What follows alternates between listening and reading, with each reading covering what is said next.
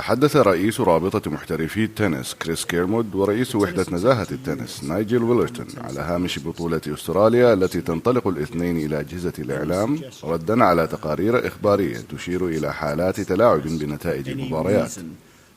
وكالات أنباء تحدثت عن ملفات سرية تم اكتشافها تظهر أدلة بوجود شبهات واسعة النطاق، وأشارت التقارير إلى أن 16 لاعبا ضمن المراكز 50 الأولى حققت معهم وحدة النزاهة بشأن نتائج مبارياتهم. وحدة النزاهة تم تأسيسها العام 2008.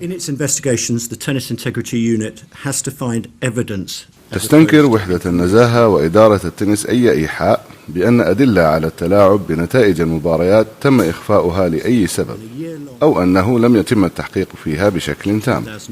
رغم أن تقرير هيئة الإذاعة البريطانية ووكالة بازفيد يتناول أحداث وقعت قبل 10 سنوات، فإننا سنحقق في أي معلومات جديدة، وهذا عهدنا.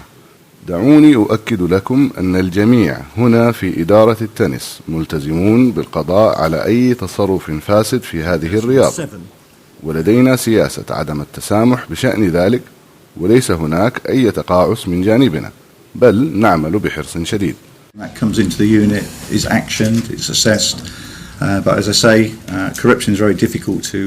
سيكون من غير الملائم بالنسبة لي التعليق بشأن لاعبين نحقق معهم في الوقت الراهن.